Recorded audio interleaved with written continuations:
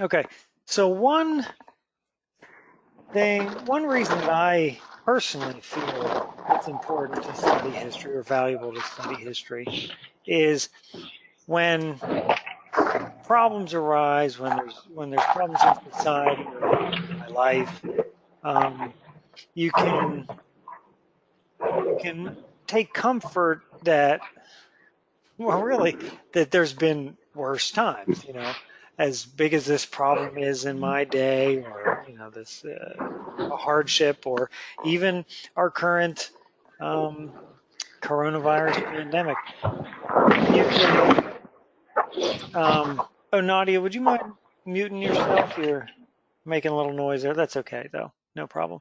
Um, I draw comfort, and this is, maybe it's dark to do so, but I draw comfort that, there have been worse times to live. Um, kind of no matter what befalls you in your personal life, and we've all had, tragedy strike. Um, we live in a very blessed time, even within our whole lifetimes. Um, there's been crises that pop up, but we are not living through World War I. We're not living through World War II. We're not living through the Civil War. We're not living through even our current pandemic is not, when you look at other epidemics and things across history, it's not too terrible. And we live at a time where the federal government can respond, our state governments can respond. Um, the kids can do distance learning from home, and uh, this would look very different. It did look very different 102 years ago when the Spanish influenza, or the influenza of 1918 struck, which we read about a long time ago. It looked different. There were lockdowns. Businesses were closed, and it was a very different experience than it is now. So suffice it to say, I draw comfort from knowing that whatever happens in my day, and certainly day to day, we all have personally terrible things happen occasionally. There have been worse times to live, more dangerous times, um, and I want to use that as kind of a dark segue to talking about the lead up to the Civil War. Okay. And we all talk about partisanship and polarization today. And if you watch the news, it seems like the two political parties they just hate each other so much that they just can't even compromise, can't work together at all. And people say this must be the worst it's ever been, with the Democrats and Republicans. But if you look back in the period, a couple of decades leading up to the Civil War, which was 1861 to 1864, or 1865. So leading up even a couple of decades, America was a pretty crazy place. So today we're going to look at three things, and I put them on the timeline for us. The Missouri Compromise of 1820, um, the Kansas-Nebraska Act, which was in 1854, and then the Dred Scott case is a Supreme Court case. So the Missouri Compromise and the Kansas-Nebraska Act are decisions, legislative decisions that Congress made. The two houses of Congress passed, and the president signed these laws to deal with America's expansion. Okay, and we're going to look at a couple of maps. And then the Dred Scott case is a Supreme Court case. So we're going to look at three readings. Let me pull up. Let me see if I can get that map. No, I want this map. Okay, this map. Do you see the map changing on the screen? Yes, I can see. Okay, this is an amazing map. Somebody made it. Unfortunately, you cannot pause it. It'd be really great if you could pause it. But this is the territory of the United States as it changes over time. So when it goes back right now, it's like the early colonies, and then you see the date changing on the bottom. Okay, I wish this was a little bit slower, and I wish you could like pause it, but you can't. But you see things change. Like the pink is states, the yellow is territories, the gray says other territories. The dark pink is disputed land. Okay, so you see America change now. You see it going from, and green momentarily says the Confederacy during the Civil War. So you see it change from the East Coast, the early 13 colonies, and then you get the Midwest, Ohio, Indiana. Now we got Missouri, then Texas pops up. Now all this is territories, and then the territories take on the shapes that we recognize today, and then the territories become states, and we've talked about that a little bit. So the expansion really happens in the early 1800s. Okay, the shape of the United States really takes shape during the early 1800s. Of course, the Congress came, the country came about with the Constitution in 1789, so that's very close to 1800. And then the early 1800s is when all the action happens with expansion westward. By the Civil War, you've got a pretty recognizable United States. It's not all states yet, but all the land belongs to the United States. And so it just has to be kind of shaped into states that we would recognize today. Okay, so that's one map. This is, I'll put that in my email later. Again, I wish you could pause it. I wish it'd be great if you could pause it and click through. But you can see step by step by step, the states that we know today take shape.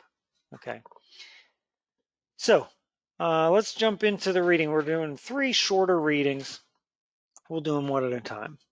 But all of them are under the theme of the lead up to the Civil War. And then maybe next week, maybe we'll look at another couple of ideas in the lead up to the Civil War, and then we'll jump into the Civil War for a little bit.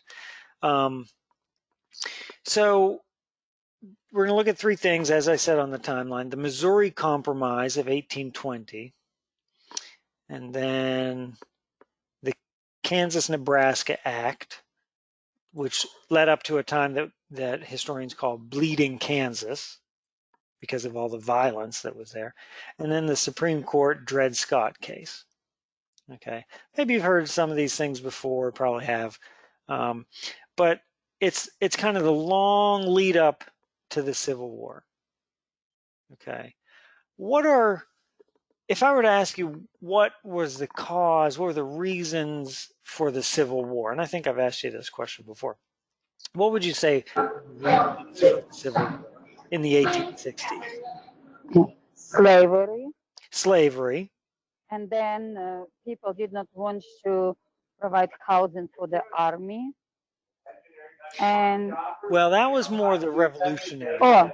Yeah, yeah, I messed up. I'm sorry. That's okay. Yeah, slavery. Number 1, slavery. And some people say the southern states wanted states' rights. They wanted to stand up for states' rights. And we're gonna dive into this through these first couple of readings. What right particularly were those states worried about keeping? I think South states wanted to keep slavery because they needed some workers on their fields, and they were more like poorer states than North states. Mm-hmm. They really need like cheap work, like cheap workers. Yeah. Does not require big payment. Mm-hmm. Right, exactly. So people, number 1 cause of the Civil War, slavery.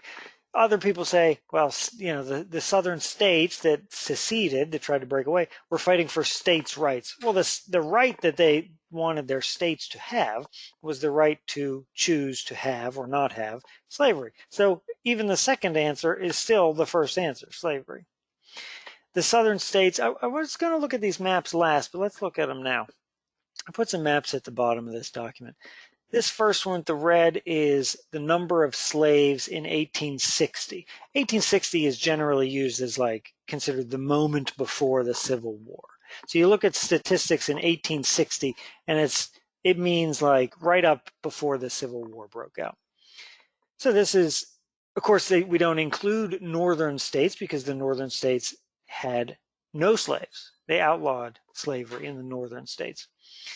But you see the deep, what we call the deep South, had the slavery. Really, actually, interestingly, the state of South Carolina was the worst. Alabama, Mississippi, Louisiana. Okay, the deep South is where the slavery really happened, and actually, this highlights just how prevalent slavery was in South Carolina. Okay, so that's the number of slaves. I don't know if that's by county. I don't know what all those shapes are. Maybe it's counties in 1860. Now another map. This is population density, persons per square mile in 1860. Now I don't know. I should know. I stuck this map on here. I should know. It would be interesting to know: is this who are they counting? 1860. There would be a big difference between all people in the United States, or are we just talking white people? Or are we just talking voting? There's a lot of different ways to measure people at that point. A lot of ways that people would measure people. Is it white men? Is it white people? Is it all people, slaves and free? I don't know, but you see where is what region has the greatest population density? Like east states, like first The 13 states Northeast. probably. Yeah. Northeast. Yeah, you'd say the Northeast.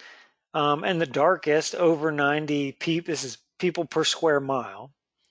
You see that long stretch between Philadelphia, New York, Connecticut, Boston. Okay. And that's very similar to today, actually. Let's see if we can jump in and find a map. Let's say population density 2010, because if you go by census, that was the last census. Let's see if we can get one. That's good. Okay, and that's the same today. Now this is. Let me see if I can get it a little bigger. Oh, Pinterest. Why would that be on Pinterest? It's weird. Still the same. A lot of people in Florida, and there's different spots. These of course, are all cities. You have Chicago, the Midwest, certainly big in California and the Northwest. But that stretch from D.C. to Philly to New York to Boston is still super high population density. And then look how empty a good half of the country is. By population density, there's very few people per square mile. So very similar to today. So this is, I am jumping ahead of myself, but this is the placement of slaves in the South and population density across the country, which we see. If this is the moment, the year before the Civil War breaks out, you see the population density is highest in what would then become the Union side of the Civil War, the North. Okay, so how do we get to that point? Of course, as we saw in that moving map, it starts with 13 colonies on the East Coast and gradually expands. Here's a map. This is a slide from that dancing map. So this is States and Territories of the United States of America, December 10th, 1817 to October 20th, 1818. So this is the dates at the bottom of all those changing maps. Anytime that there's a treaty that changes a border or a new state is brought in or a new territory is brought in, that's when it would change. So the dates, I'm just looking really at the year. 1817 to 1818, this is what the United States map would look like. Must have been very hard to be a map maker back then because everything was always changing. Okay, so we have the pink is states, the orange is territories, and the gray is kind of just other. This is unclaimed territory. This is the viceroyalty of New Spain. This land actually belonged to Spain at that time. Okay, that kind of goes back to the colonial explorers, the conquistadors. This land, Texas, much of the western United States belonged to Spain. But we, of course, in 1803 bought the Louisiana Territory, which is this big area. Then when Louisiana became a state, they said, well, now we're going to call the Louisiana Territory the Missouri Territory, and Louisiana becomes the state. So the question that we're going to discuss through these compromises and acts is, will there be slavery in these new areas? Okay, that was the big national question. People in the North, by and large, said no, there shouldn't be. People in the South said yes, there should be. There should absolutely be slavery in those new territories. As the territories become states, will there be slavery? Okay, so let's jump in. Oh, I forgot to number my paragraphs. I always like to do that, but I guess I forgot here.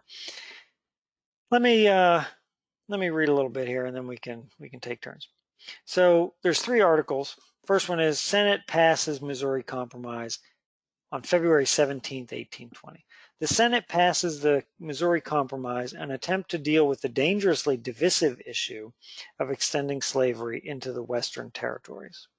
Okay, Western territories being all this, the question is, will there be slavery? It says, from colonial days to the Civil War, slavery and Western expansion both played fundamental but inherently incompatible roles in the American Republic. As the nation expanded westward, the Congress adopted relatively liberal procedures by which Western territories could organize and join the Union as full-fledged states. Southern slaveholders, eager to replicate their plantation system in the West, wanted to keep the new territories open to slavery. Abolitionists, concentrated primarily in the industrial North, we saw the population map in the North, wanted the West to be exclusively a free labor region and hoped that slavery would gradually die out if confined to the South. Both factions realized their future congressional influence would depend on the number of new slave or free states admitted into the Union. So even now, early 1800s, slave generally is in the South, free states and abolitionists are generally in the North. Okay, it says from colonial days to the Civil War, slavery and Western expansion both played fundamental but inherently incompatible roles in the American Republic. What does incompatible mean in this case? Why are they incompatible?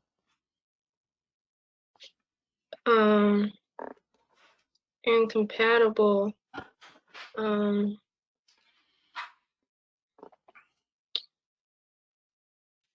Not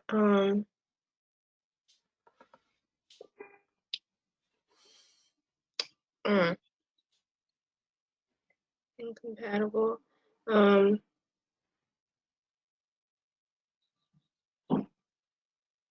Not very large roles. So not very important, but important as they are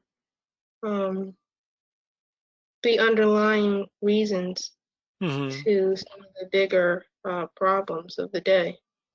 Right. And incompatible can mean, 2 people are incompatible. It means they don't work well together, they don't get along. So slavery and Western expansion are 2 incompatible things. There's going to be problems, right? It says Congress adopted relatively liberal procedures by which Western territories could become states. In this case, what does liberal mean? If their rules were very liberal for how a territory becomes a state, does that mean it was easy to become a state or hard to become a state? Hard. Well, no, in this case, liberal would mean easy, very liberating, very free, very easy to become a state. Okay, they had rules by which, a territory, there's people, in this map, there's Missouri territory. There's people living there. There's Americans living there. And so there's rules, there's things they have to do to become a state. Right. Okay, and so Congress made it pretty easy, not super easy, but kind of easy to become a state and join the United States as a state, because there's a difference between living in a territory and living in a state.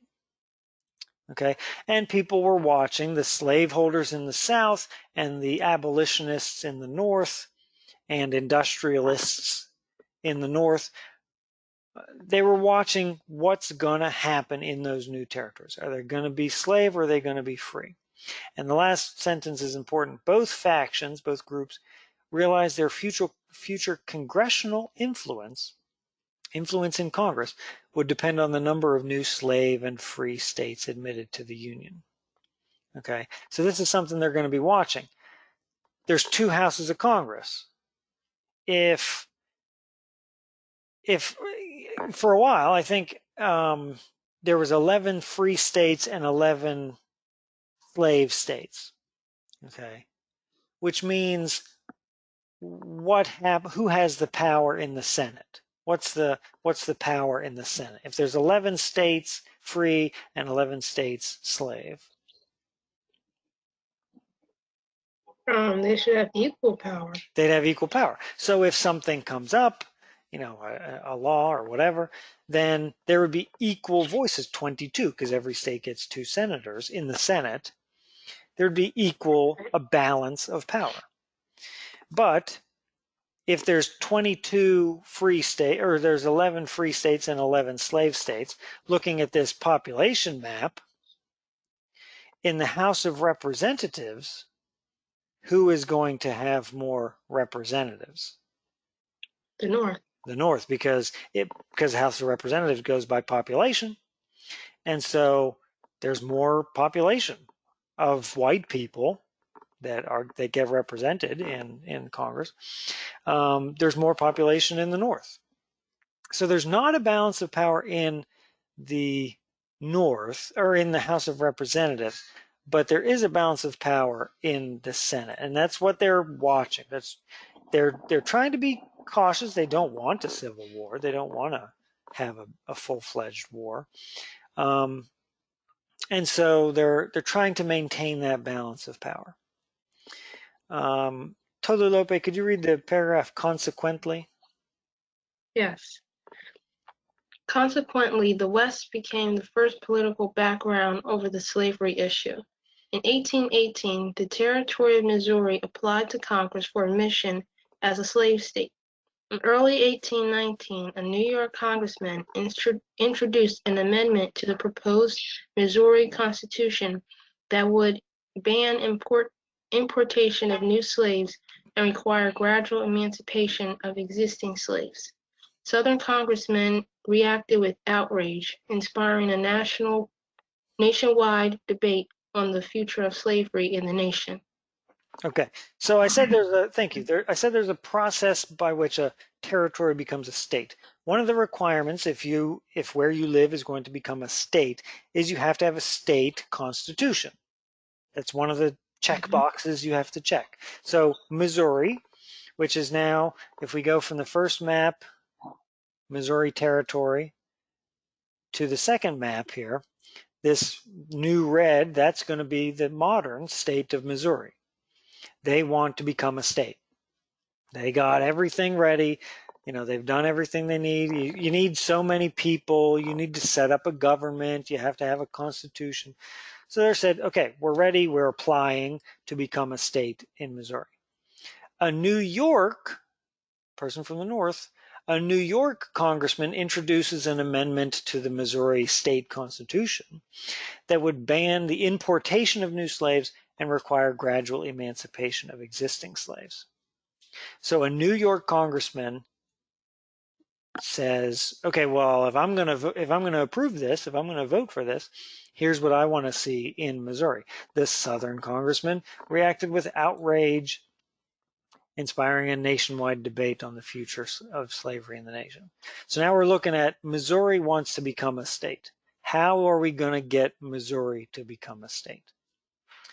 Nadia, could you read? Oh, Nadia's not logged in anymore. Wonder where she is.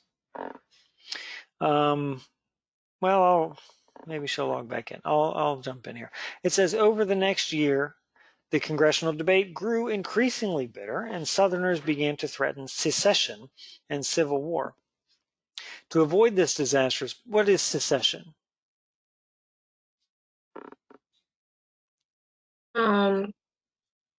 Breaking away.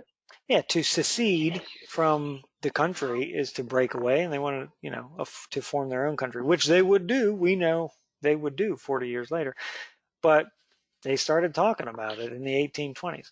To avoid this disastrous possibility, key congressmen hammered together an agreement that became known as the Missouri Compromise. In exchange for it, and so now this is what the Missouri Compromise was. In exchange for admitting Missouri without restrictions on slavery, it could have slavery, the compromise called for bringing in Maine as a free state. Because Maine, if you look on early maps, Maine was a part of Massachusetts, even though they're not touching. In the early colonies, there was no colony of Maine. It was part of Massachusetts. So they're saying, okay, Missouri can come in as a slave state, and we'll bring Maine in as a free state at the same time and keep the balance, and at least keep the balance in the Senate. It says the compromise also dictated that slavery would be prohibited in all future Western states carved out of the Louisiana Territory that were higher in latitude than the northern border of Kansas Territory, Arkansas Territory. Okay, which on this map is the orange. So there's three main parts to the Missouri Compromise. Missouri comes in as a slave state, balanced by Maine comes in as a free state. And for the future, any states made out of this purple, well, call it the Louisiana Territory, call it the Missouri Territory, any new states that are made by this would be free. So Missouri can be slave, but anything above this 3630 line of latitude, above the northern border of the Arkansas Territory, that anything in the future would be free. Okay. Read the last paragraph there then. Although the Missouri Compromise temporarily eased the inherent tensions between Western expansion and slavery, the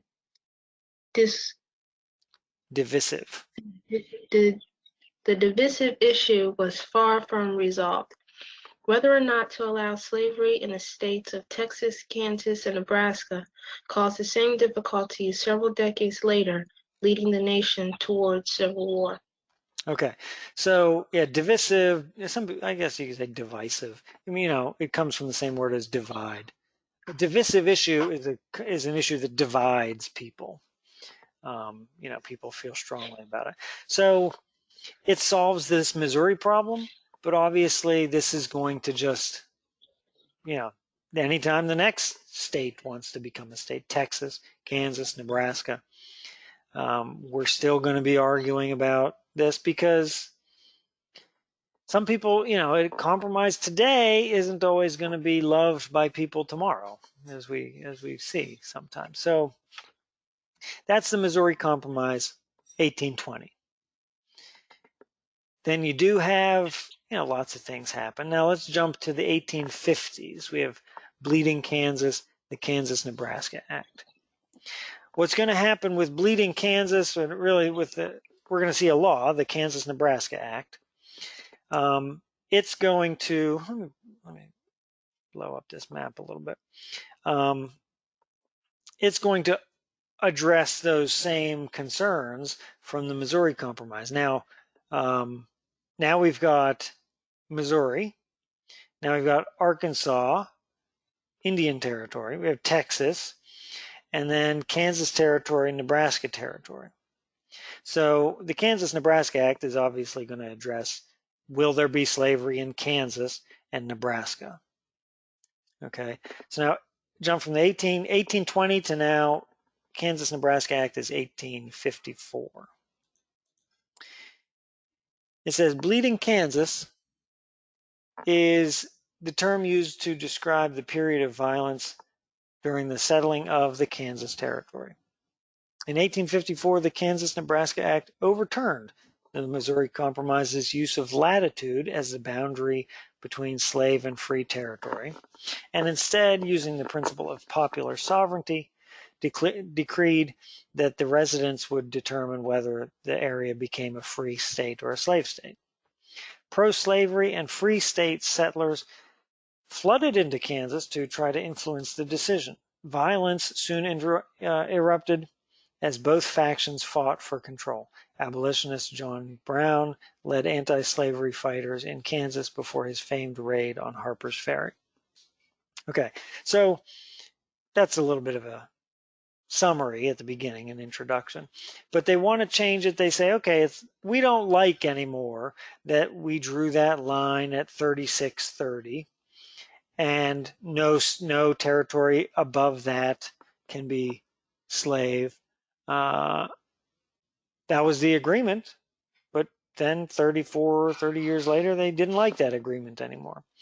So how did they think the question for new states should be solved? How's the decision going to be made for a new state if it's going to have slavery or not? By letting the people who live there make the decision. Right, exactly, which they called popular sovereignty. Popular being people, sovereignty being, a state's sovereignty means it can decide its own decisions. Okay. Can you read, why don't you read the 2 paragraphs here? Said to have been coined by Horace Greeley's New York Tribune, the label Bleeding Kansas was first fixed on that strife-ridden territory by anti-slavery publicists. The opening of the Kansas and Nebraska territories in 1854 under the principle of popular sovereignty provoked a protracted political crisis in both Kansas and the nation at large. Rival governments had been established in Kansas by late 1855, one backed by pro-slavery Missourians, the other by anti-slavery groups. Although Pierce and Buckingham administrations recognized the former, Republicans as well as a number of Northern Democrats deemed it a fraud imposed by Missouri border ruffians. Civil conflict in Kansas accompanied by political polarization. The volatility to be expected of a frontier area was compounded by the activities of parties interested in the slave issue, both the Missourians and the Northerners, who reputedly shipped free state settlers and armaments to the region. Okay, thank you. So the Missouri or the Kansas-Nebraska Act says we will have these 2 new territories, and when it becomes time for them to become states, the people living there will vote. Okay, sounds good, sounds fair. Except when you do that in the real world, you have these people pouring across the states. Especially Kansas looked like it was going to become a state first, so they focused on Kansas first. So people from Nebraska, people from Missouri, which was free here, or no, Missouri was slave. So you have people coming from free areas and people coming from slave areas moving to Kansas very rapidly, lots of people. Now we're not talking 10 million people, but thousands and thousands of people showing up in Kansas, living, calling themselves Kansans, from both sides of the argument in the hopes of on that day in the future when Kansas votes to become slave or free, I'm going to be living here and I'm going to vote for whatever, whichever side I feel for. Okay. So you have the most passionate people, like people moving across the country, people from the North especially, moved from the Northeast to Kansas just to be there to vote because they felt so strongly about it. They have the term border ruffians, people moving from Missouri just across the border into Kansas, border ruffians. Now, ruffians meaning they roughed people up, they were violent. Okay. Kansas was a crazy place. You have thousands of people who, just moved there on a whim. These people feel very strongly about something. You have other groups. If I'm not shipping people, I'm shipping, it says armaments. I'm shipping guns there. Like it was tense. And so the reason I talked at the beginning of the class about, taking comfort that there's been worse times in American history. I would think living in Kansas in the 1850s must have been crazy and like beyond stressful. You have, and there's violence. Okay, it's called Bleeding Kansas for a reason. Newspaper, and particularly anti-slavery publicists, but Horace Greeley's New York Tribune, the newspaper,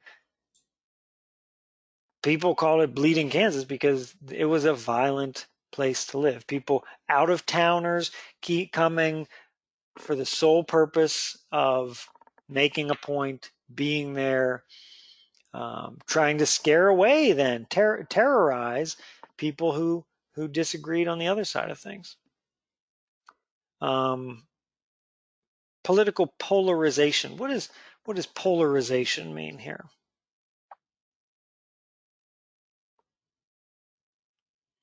People today say, our politics are very polarized. Do you know what that means?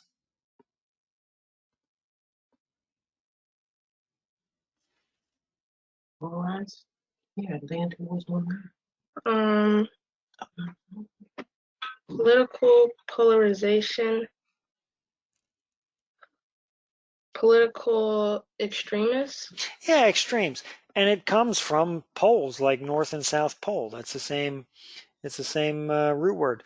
North and South Pole, if you're at the ends of the world, right? If you're at the North Pole or the South Pole. So political polarization means people are extremely this way or extremely that way. There's no middle ground. There's no people who say, well, I understand both ways. People we would today call centrists or moderates. There's nobody to compromise with the other side and come to a fair agreement. Okay, they're very polarized. If you disagree with me, you must be wrong. You must be a terrible person. Okay. And it says this volatility, if something is volatile, it means it's dangerous, it's ready to explode, it's violent. This volatility, the volatility to be expected of a frontier area, which it was a frontier area, was compounded by the activities of parties interested in the slavery issue, both the Missourians and the Northerners, who reputedly shipped free state settlers and armaments to the region. So it is a very volatile time. 1850s in Kansas must have been just crazy. It says, so like I am glad that I didn't live in Kansas in the 1850s. Hostilities between armed bands seemed imminent in late 1855, as well as over a thousand Missourians crossed the border and menaced the town of Lawrence, a free state stronghold. On May 20th, 1856, that's, today's May 20th, or May 21st. On May 21st, 1856, ruffians actually looted that town. In response, John Brown orchestrated the murder several days later of 5 pro-slavery settlers along Pottawatomie Creek. That's called the Pottawatomie Creek Massacre. He and his sons broke into some pro-slavery people's houses at night and killed them with like swords.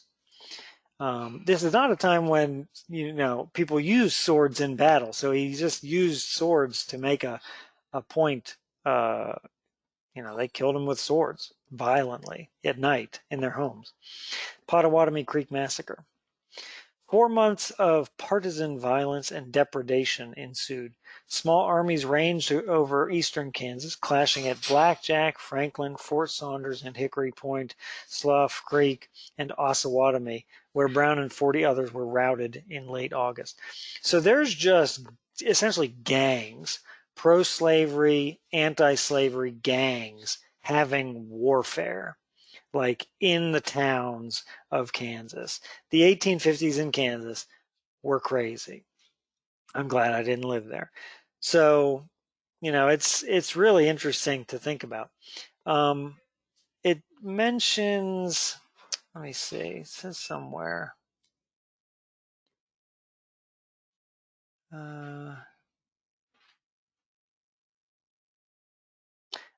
And up where you read, it said rival governments had been established in Kansas by late 1855.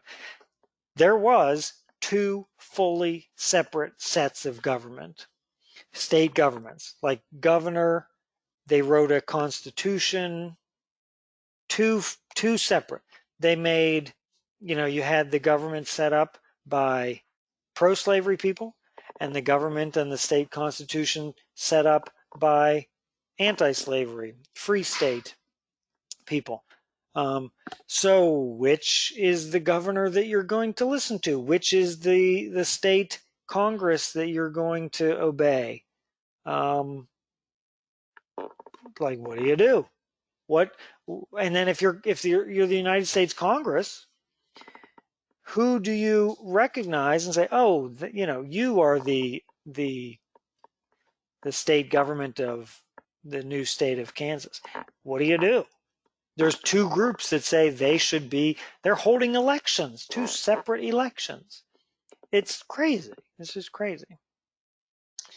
Okay, so it's violent. You also have 2 separate governments. Okay. Nadia, I see you log back in. Did you get kicked out or? Okay? No, just my phone just died and did not want to be charged in my Okay. car. So actually, yeah. What would you like me to read? Oh, that's From John Guiri? Yeah, read that last paragraph. Mm-hmm.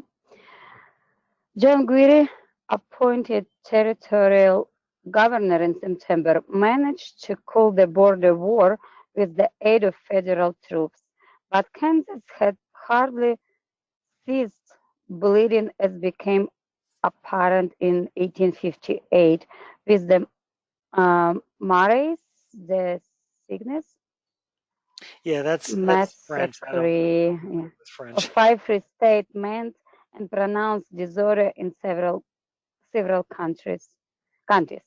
Although Kansans in that year once and for all rejected the pro-slavery Lecompton Constitution, such violence continued on a smaller scale into 1861.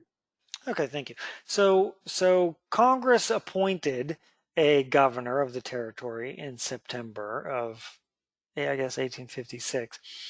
So he got control with federal troops, called in the United States Army, and got control of the situation. So it started to cool down. There's still violence.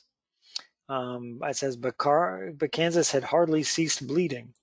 There's another massacre. Pronounced disorder in several counties. But then they finally have a vote, the statewide vote. They reject the pro-slavery Lecompton Constitution, which was one of the 2 competing state constitutions that had been written. I think Lecompton is a town or a city in Kansas, so that's what it's named after. And so they reject the slavery constitution. But violence continues. Okay. bleeding Kansas in the 1850s is a crazy moment in American history because of, as we talked about at the beginning, the idea of popular sovereignty. Okay, it sounds like a good idea. It is a good idea. You let the people living there decide if they're going to have slavery or not, right? We're going to have a new state, Kansas. The people living in Kansas should decide. Except when you do it in real life, people start pouring across the borders. There's violence. There's two different governments that claim to be the right government, and it just gets crazy. So we're getting now very close to the Civil War. Okay. This is, as much as people say, we have conflict, we have strife, and in our modern times, it's nothing compared to these real things that were happening that were leading to the Civil War. Now, of course, these people couldn't see the future. They didn't know that in 1861 the Civil War was going to break out, but they must have felt it. You feel the country falling apart. And I'm sure someday in the future, some disaster will strike America, and there will be another time when we just, hopefully not us, but people in the future feel the country coming apart. And I think you just get that feeling. And to live in Kansas or to live in wherever, Altoona, Philadelphia, New York, anywhere, in the 1850s, and read about that in the paper, you just must have had a feeling this can't end well. It's going to come to an exploding end. Okay, so that's 1854 is the Kansas-Nebraska Act. 1856, I think, is kind of when it simmers down. Then we have 1857. This is the Supreme Court case of Dred Scott, Sanford v. Dred Scott. But the Supreme Court is going to go backwards and address the Missouri Compromise of 1820. Okay, so, and this also is a big thing that shoves America towards the Civil War.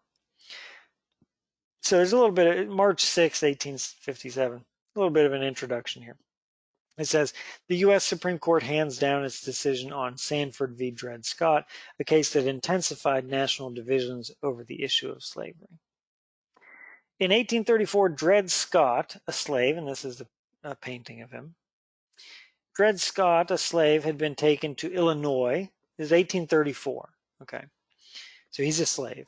He's taken to Illinois, a free state, and then Wisconsin Territory, where the Missouri Compromise of 1820 prohibited slavery. So he's a slave carried by his master, his owner, into free territory. Scott lived in Wisconsin with his master, Dr. John Emerson, for several years before returning to Missouri, a slave state. In 1846, after Emerson died, Scott sued his master's widow for his freedom on the grounds that he had lived as a resident of a free state and territory. He won his suit in a lower court, but the Missouri Supreme Court reversed the decision. Tolu Lope, could you read the next paragraph? Scott appealed. Yes. Scott appealed the decision, and as his new master, JFA Stanford, was a resident of New York, a federal court decided to hear the case on the basis of the diversity of state citizenship represented. After a federal district court decided against Scott, the case came on appeal to the U.S. Supreme Court, which was divided along slavery and anti-slavery lines, although the Southern justices had a majority. Okay, thank you. So do we understand Dred Scott's argument? Do we understand his case? Yes. Why did he think he should be free? Because they have lived in the slavery-free state, so his master were not allowed to keep him as a slave there on that territory, right? Right. That's his art. That's what he's saying. It's an interesting argument to make. If you own me as a slave and you take me into a free state, that means I'm free. It's an interesting argument. I he didn't. African American enslaved people at the time didn't have a whole lot of influence or very good luck in the court system. But he, when his owner dies, he sues the wife, who then I suppose would become the owner.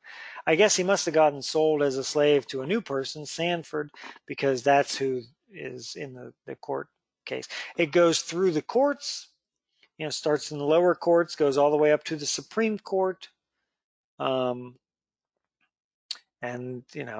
where the Southern justices had a majority. The Supreme Court could be anybody, but just the way that presidents had over the years nominated different individuals, Southern justices at that moment had a majority of the Supreme Court. Nadia, could you read during the trial? During the trial, the anti-slavery justices used the case to defend the constitutionality of the Missouri Compromise, which had been repealed by the Kansas-Nebraska Act of 1854. The Southern majority responded by ruling on March 6, 1857, that the Missouri Compromise was unconstitutional and that Congress had no power to prohibit slavery in the territories. Three of the Southern justices also held that African Americans who were slaves or those ancestors were slaves were not entitled to the rights of a federal citizen and therefore had no standing in court. Okay, so yeah, let's look at that last part first. So three of the Southern justices said, no, I don't care what the arguments are.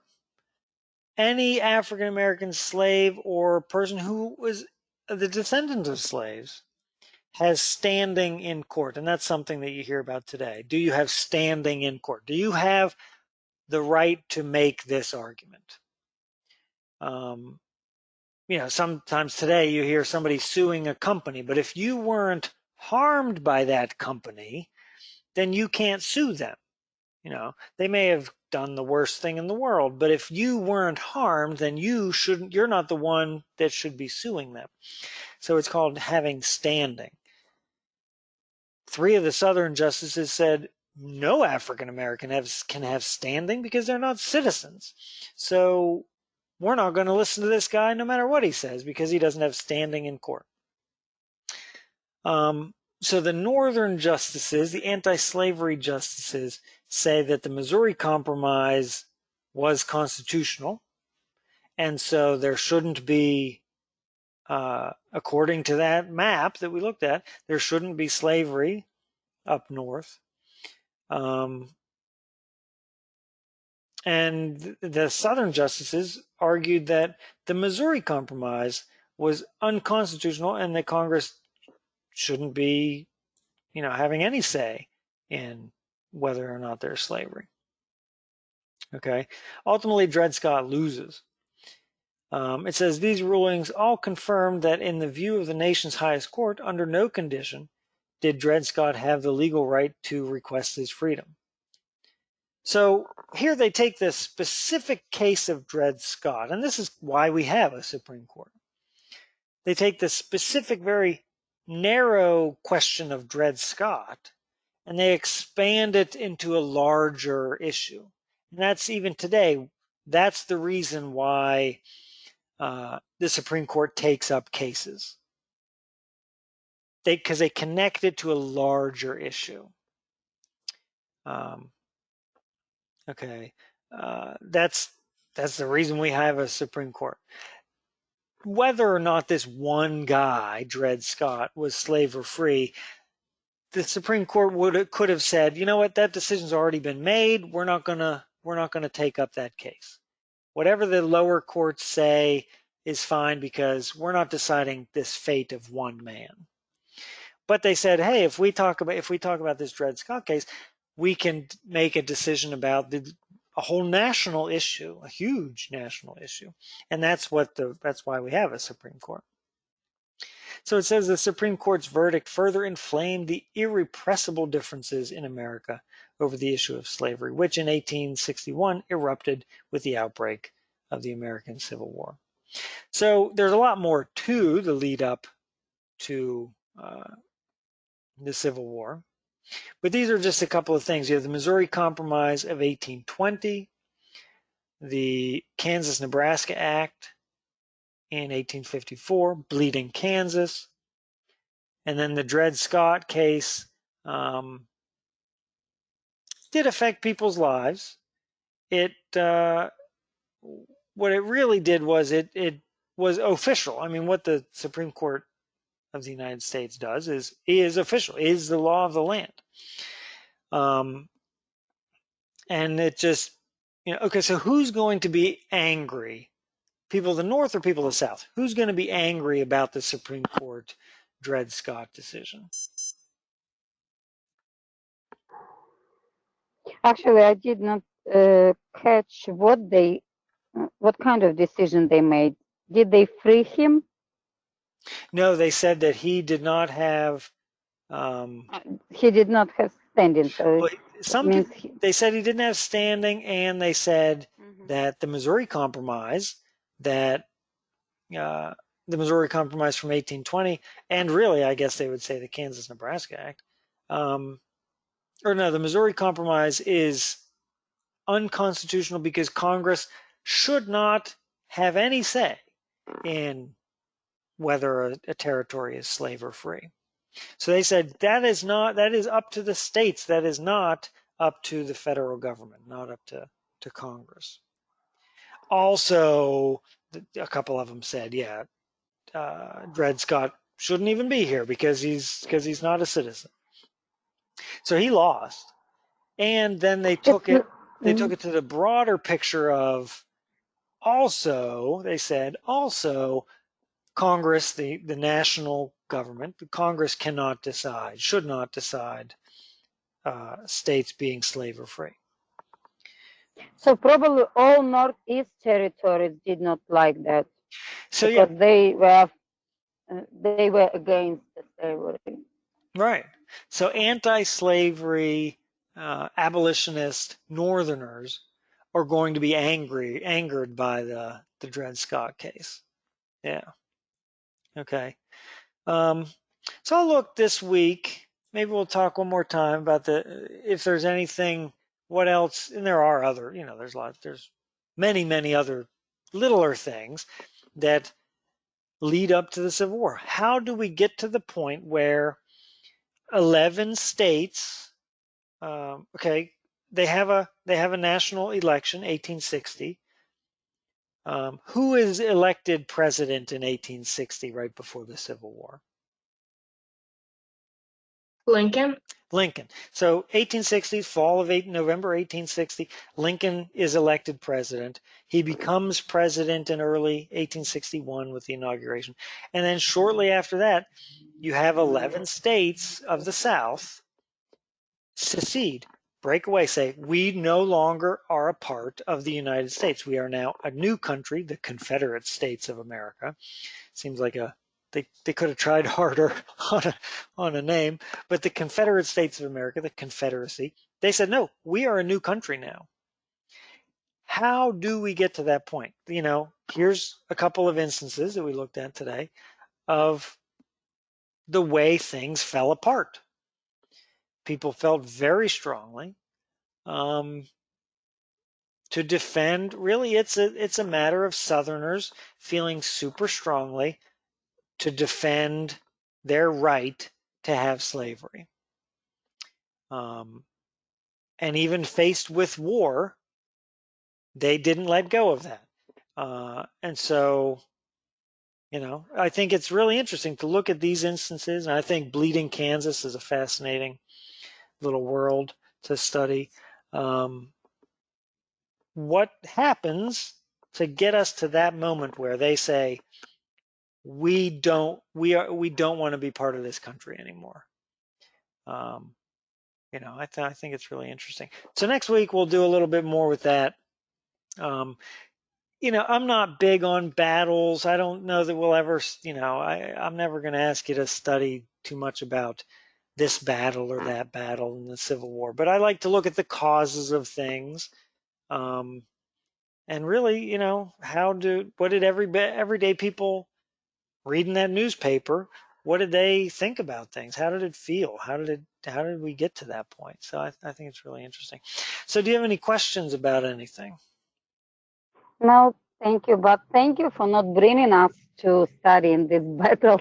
That's more interesting for boys, probably, not for girls. Yeah. So I very appreciate that. Yeah. No, some people do that, especially with the Civil War. Some people love to study the generals and the battles and maps and stuff. And I think it's cool. But yeah, what's more important, I think, is the reason things happen, what it felt like, the causes of things. Yeah, and how it was resolved. Yeah, yeah, yeah. So, okay. Well, thank you very much for logging in. I hope everybody has a nice weekend. Any Memorial Day plans? I'm working 7 days of the week, so. Yeah. I don't know. I think my dad's out on the grill right now. Oh, is he getting an early start, huh? Yeah, Yeah. we don't have a grill, and I can say this now because my wife's not around. She's been asking me for 10 years to get a grill, and I don't know, I never have. Maybe I ought to just suck it up and go buy a grill. She would love it. I already bought a few years ago, but I never used it. Oh, yeah, yeah, I'm like you. yeah. See, I've borrowed a few grills over the years, and I don't know. I just can't get excited by it. Maybe I ought to just do a grill. I think the weather's going to be nice on Monday, so maybe we should do something. So, Yeah. all right. Well, thanks for talking. I'll send out an email later with details and the maps and everything. So, yeah, have a good weekend. Thank you, you too. You too. Happy Thank you. Memorial Day. Yeah. Bye. Take care. Bye bye.